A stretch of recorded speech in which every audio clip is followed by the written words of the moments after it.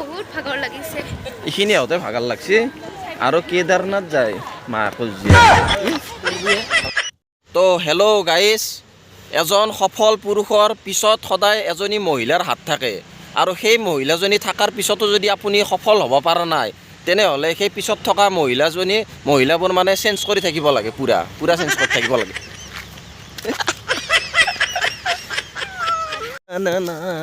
তোৰ কি খবৰ? কি কৰি আছিলি তই? হেত তই কেইটকা তুমি বুলি ক'ব নোৱাৰা নেকি ব্যৱহাৰ নাজানা? হাৰে ব্যৱহাৰত কি কথা, মই ইমান ধুনীয়াকৈ ড্ৰেছ পিন্ধি আছো। ড্ৰেছ পিন্ধিলে হ'ব নেকি? হে শুকুৰালী ডাঙৰীয়া এইকাৰণে এটা কথা কৈছিল জানা কি নাই?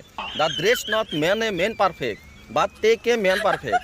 অৰ্থাৎ মানুহৰ পোচাকত পৰিচয় নহয়, মানুহৰ ব্যৱহাৰত পৰিচয়। এটা কথা কৈছে, the dress not make a man perfect but character make a man perfect. পোচাকত মানুহৰ পৰিচয় নহয়, ব্যৱহাৰ মানুহৰ পৰিচয়।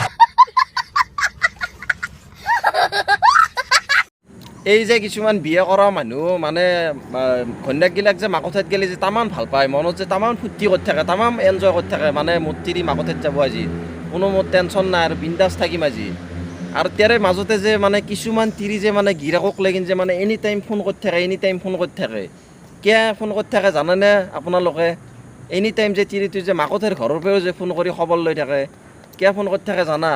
কাৰণ ইটো আপোনাক ইটো কথা বুজে দেই, মানে সেই তিৰিটোই যে টাইগাৰ আবি জিন্দাই। জান, তুমি মোক এইবাৰ ভেলেণ্টাইন ডে দিনাখন ক'ত নিবানো? এইবাৰ মই ভেলেণ্টাইন ডে তোমাক মই ক'তো নিব নোৱাৰিম, বেয়া নাপাবা। মানে আমাৰ ঘৰৰ আইতা এজনী মানে 14 তাৰিখে মৰমৰ অৱস্থা হৈ আছে, সেইকাৰণে। এটা কাম কৰিবা, তোমাৰ আইতাজনী 16 তাৰিখে মৰিব দিবা।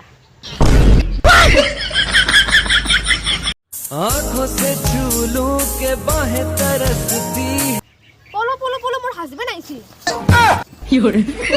1 মিনিট, তোৰ হাজবেণ্ডটো মই, তই মোক কিয় পলাবা ক'লি? যদি তয়ে মোৰ হাজবেণ্ড তই পলাইছে কে?